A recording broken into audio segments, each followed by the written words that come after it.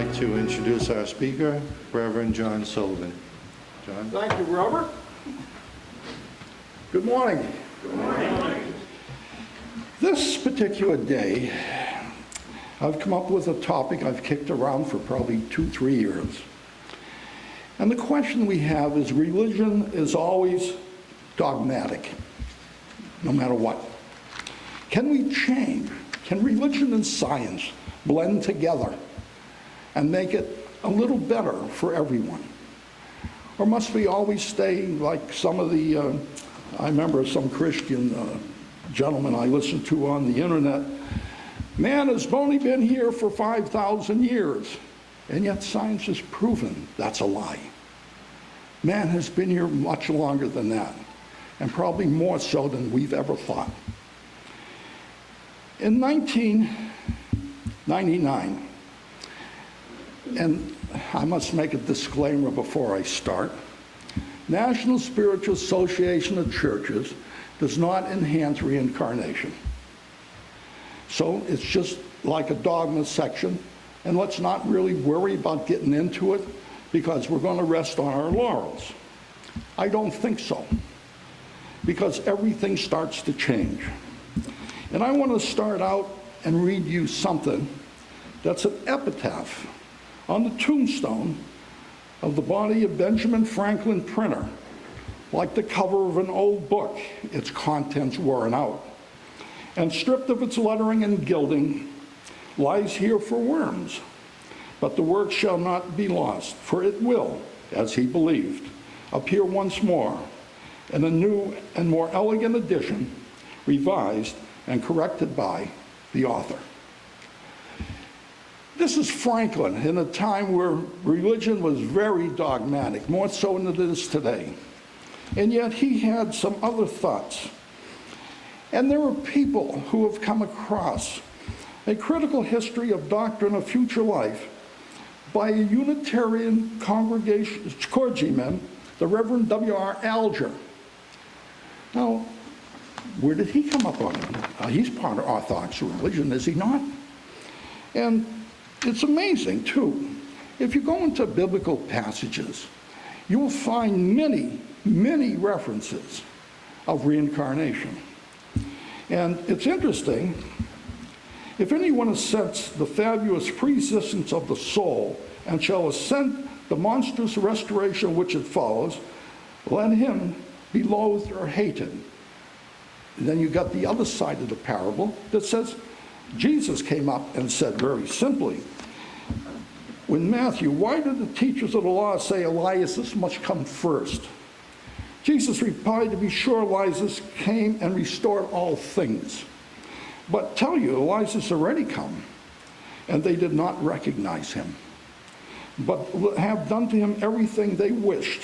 In a way, the Son of Man is going to suffer at their hands.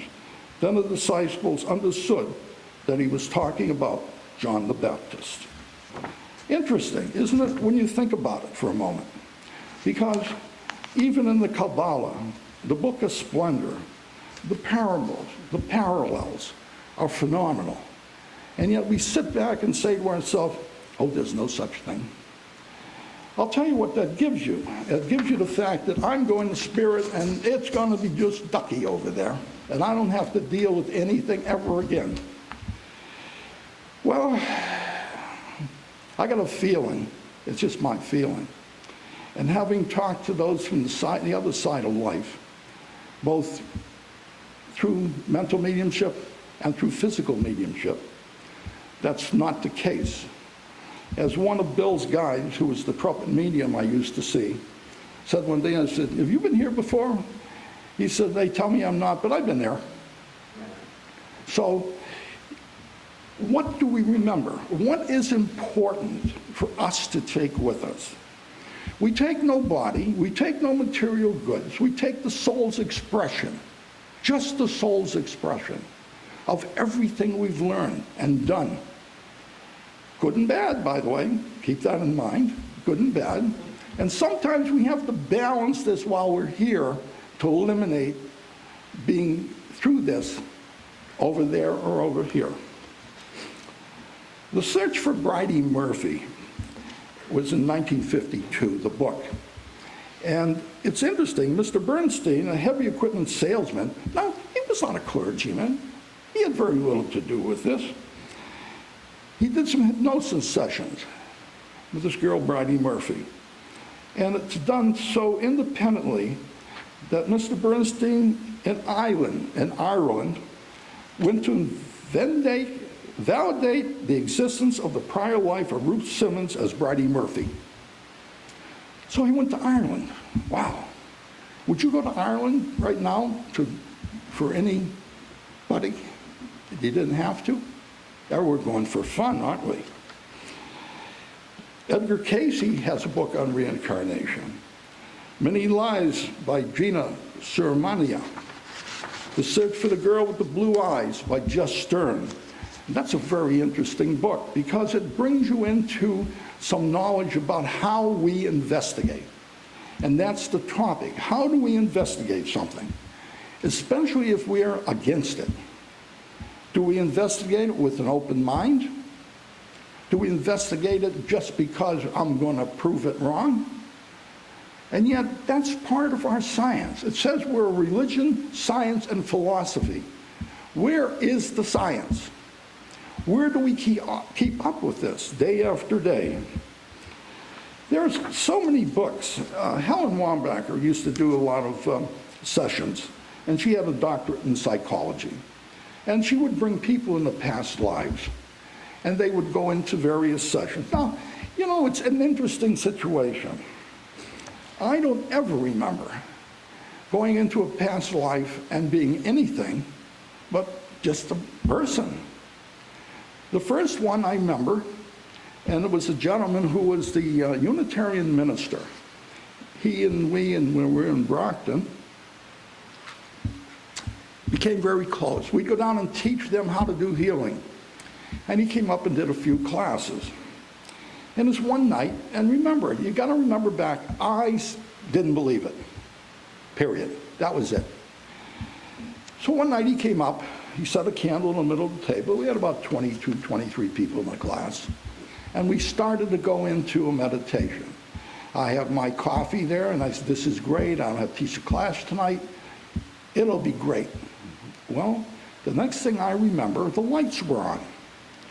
And I was the only one still in La La Land somewhere. Now, you would think, your initial thought would be, you know, deny it all. Before I could say anything, he said, where have you been? I said, I was being chased by Roman soldiers. I had the toga and the sandals kept slipping off. Next thing I know, something hit me inside the head, and I was dead. Well, the class looked at me and said, what happened to him? So we had a coffee break and bathroom break, then we did the second half of the class. During that second half of the class, I said, caught once, too bad for me, never caught twice. Little did I know what was going to happen.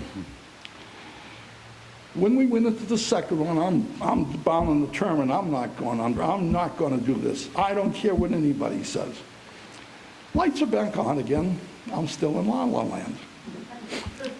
And he said to me, where'd you go? And I said, I was in a dungeon. There were bodies there, wet, moldy hay, rats. And I said, I died, and I went up through the rock. Now I ask you, only spirit can go through that rock, not the human being. So what had occurred?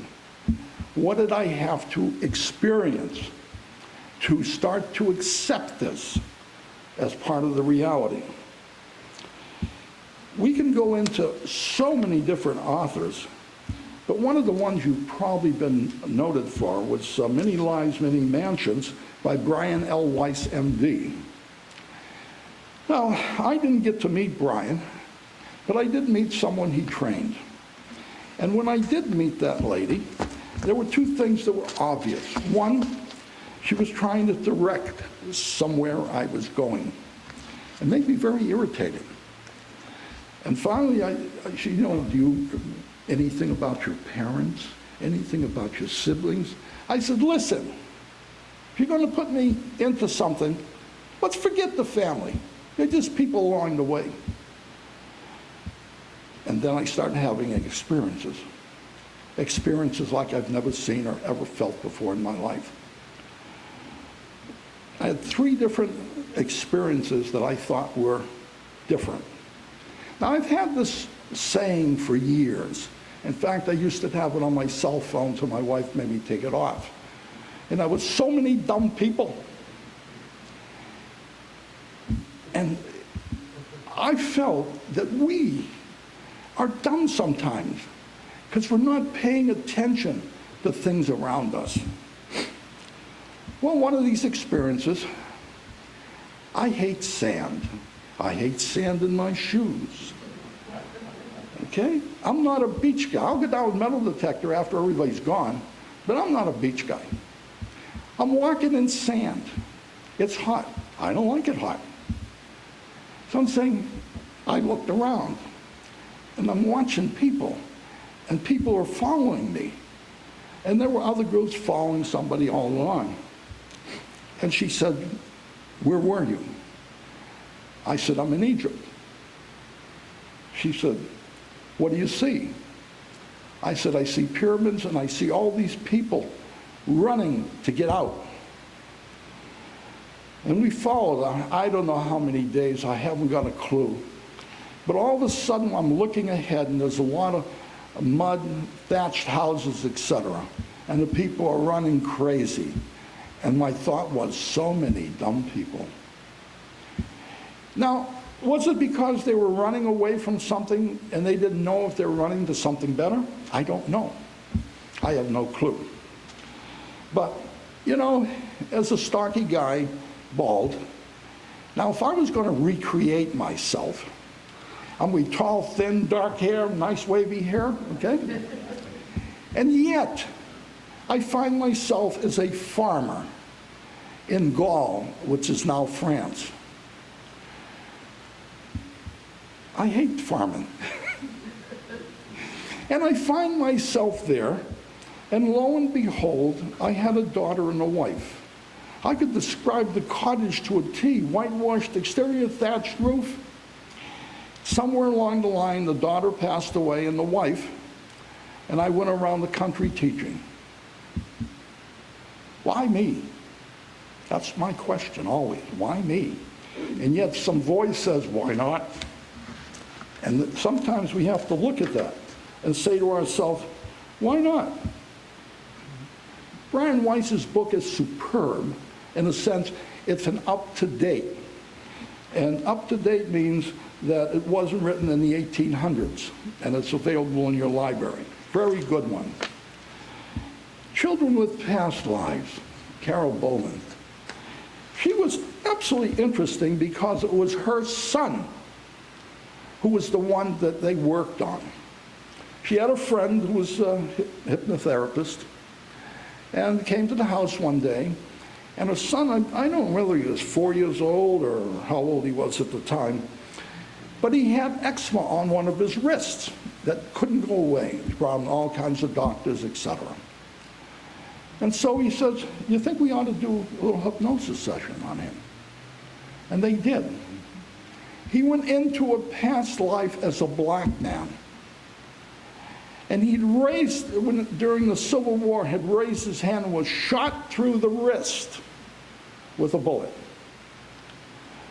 After the hypnosis session, they said to him, do you remember? He said, yes, I do.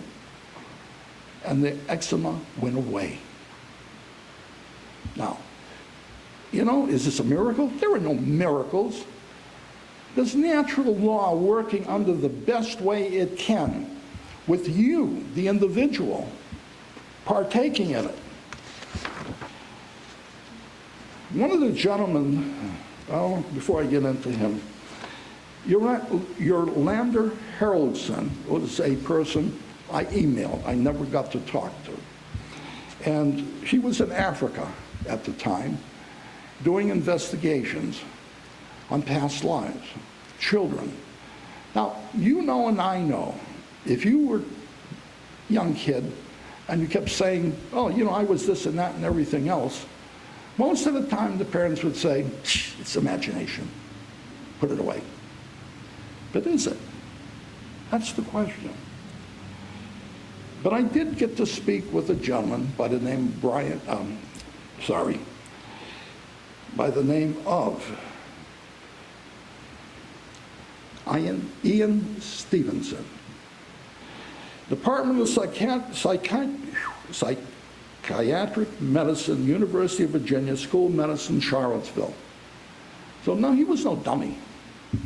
He was well-read, well-versed, and I liked his investigations for a reason.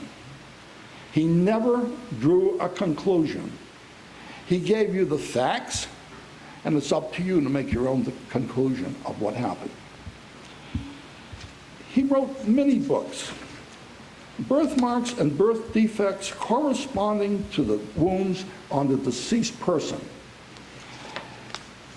There are umpteen pages here that I've copied. I got his permission to use that.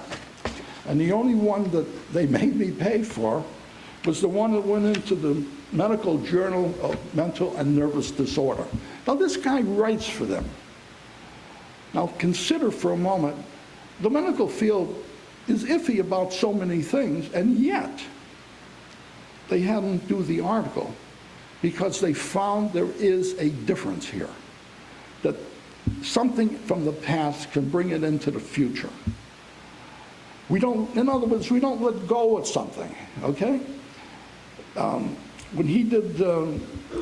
Brian Weiss did the investigation of the lady in his hospital, one of the doctors came to him and said, hey, I've got a wonderful lady here. She's a great nurse, but she's a little, something's wrong. Can you see if you can help her? And Weiss said, sure, no problem. We'll take care of everything. Well, he started the normal therapy sessions.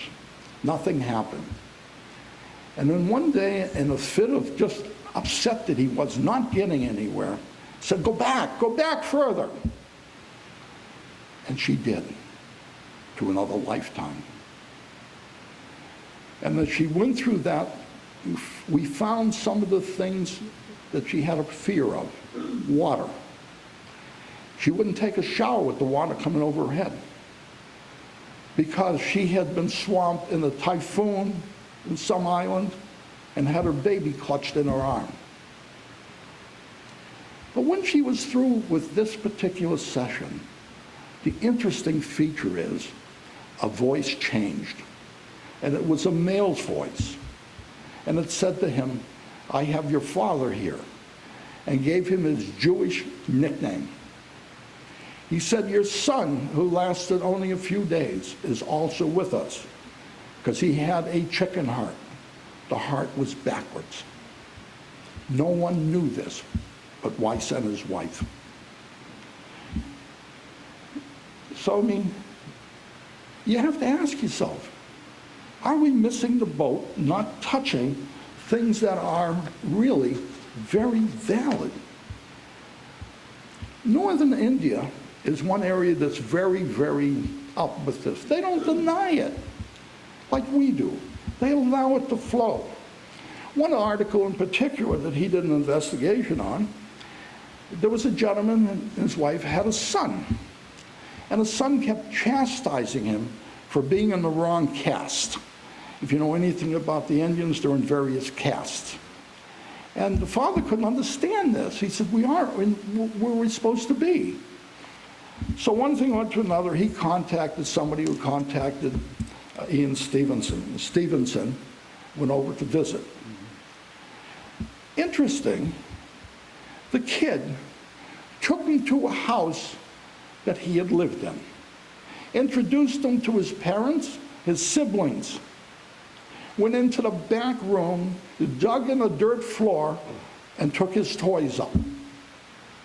Now, mine to mine? Nah. You remember your toys as a kid? Nah. It's hard to remember anything that was important back then. But the kid remembered. That was one case where they had to deal with the fact of This has got to be real. Ian Stevenson said, American children who claim to remember previous lives. An unknown number of children claim to remember previous lives. I was with a friend one day. There was a group of us around. And this lady had some kids there. That were her two boys. And one little boy, I think he was 4 years old at the time. And they were talking about the gentleman next door who had just passed away. And the kid looked at us and said, I was old once. I remember how I died and I passed away. But he'll be back too. This kid doesn't know. How does that happen? Is it an accident, a fluke? No. There's something more going on here that we have not grasped. And we're losing it. And people say, oh, well, we go to the other side, everything's great. Well, I don't play fiddle and I don't play a horn, so I'm in trouble. So if we have to do anything, we have to continue the learning process. That learning process has been for eons. It's interesting, too, sometimes those who have passed over, and for whatever reason, I have no idea, that maybe we didn't get along with well when they were here, come back to us. I remember distinctly having a medium's day, and this lady came in, this young lady, probably, I'd say probably mid-20s. And I said to her, like I always ask everybody, what are you here for? She says, I don't know, I was coming by the church, and it's like somebody grabbed me and pulled me in. That tells me something right off the bat. Spirit needs to touch in with you, whether you like it or you don't like it. So consequently, as we're there with it, I brought in somebody, and then I brought in a gentleman who was standing beside me, big, tall, rugged guy. He says, I'm her father. I hate to tell you the words she spoke at that point, not for public comment. And I said to her, he's here to make amends with you. That'll never happen. Okay, it's up to you. And she said, he raped me as a kid. You think I'm going to forgive him? What do? She's in tears, she's hollering, she's crying. What are you going to do? And this guy sees something from the other side and now is trying to make some atonement because he's not going anywhere until he fixes his problems. Great. I thought it was good. And I'll tell you why I thought it was good. To have her go by the church she's never been into on a Saturday morning on Medium's Day, and like she said originally, I don't know why I even came down the street.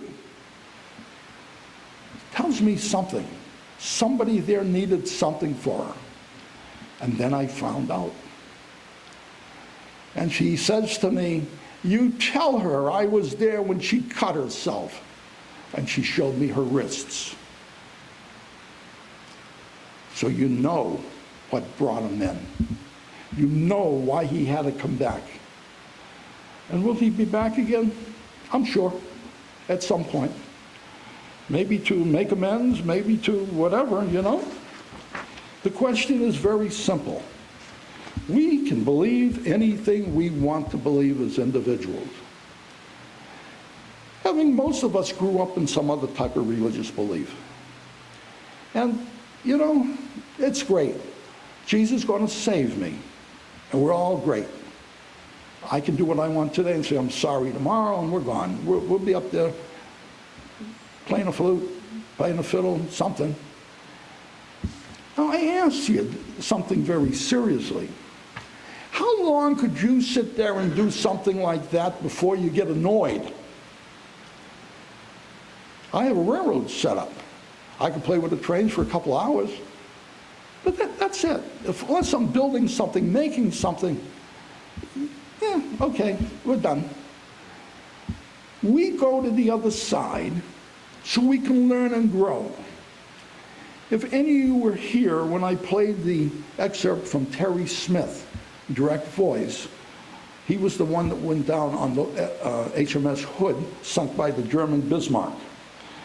And how he said he got into spirit. And he said he found himself walking up a street. And he said the grass came down to the edge of the road. And he said, nice cottages, everything perfect. And he said, I came to this gate and there was a woman there. And she said, I've been waiting for you. He looked at us, for me? She said, yes, I knew you were coming. So she invited him in. And they sat down, chatted for a bit. And she said, would you like a drink? He said, yes. And in his mind, he's saying, she can bring a cup of tea. I want a lemonade. And she brings him a lemonade. Thought? So he's sitting there, and there's this big black cat. And the cat comes over and puts a paw on his knees. And he swears he heard the cat say, how you doing?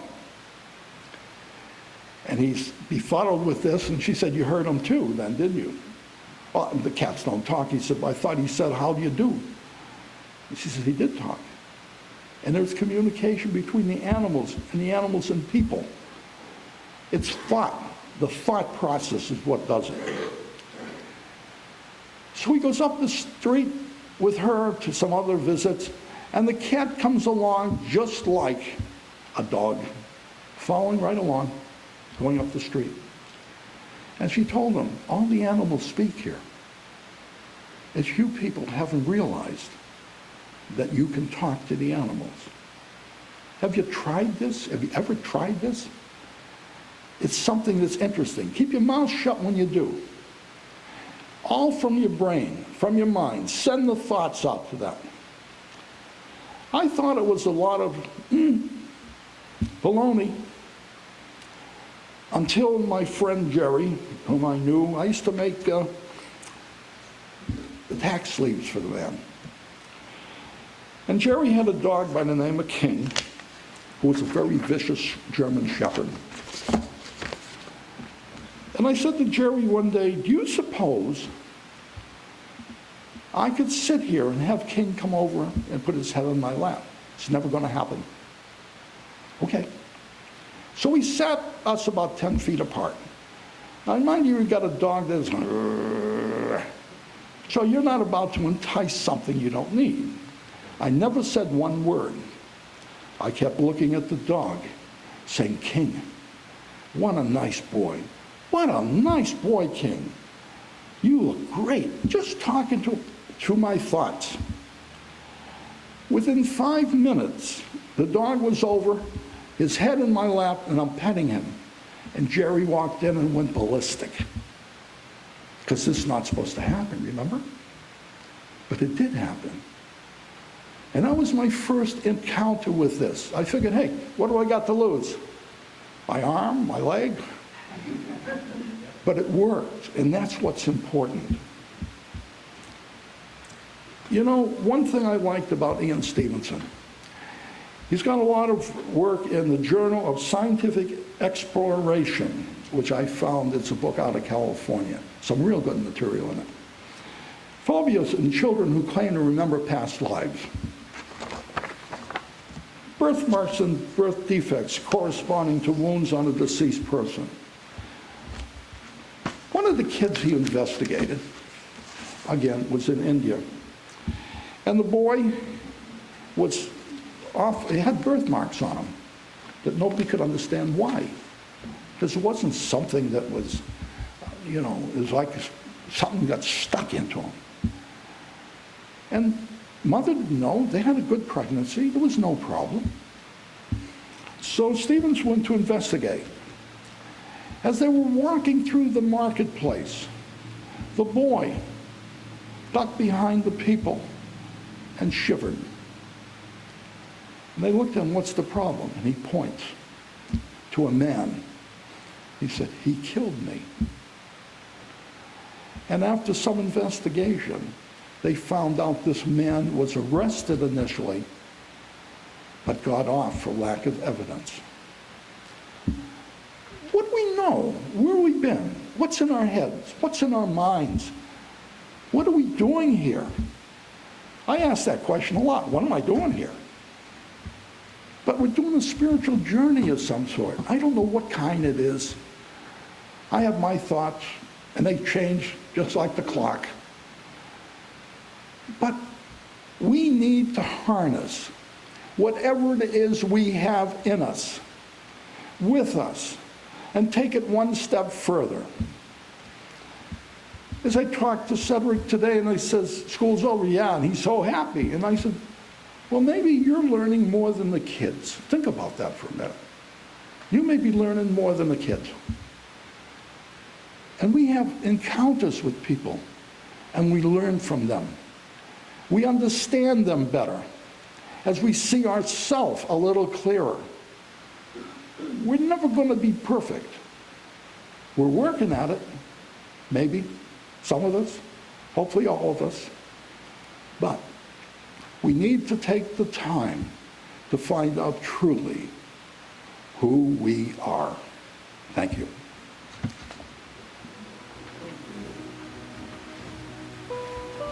Thank you, John. Very fascinating.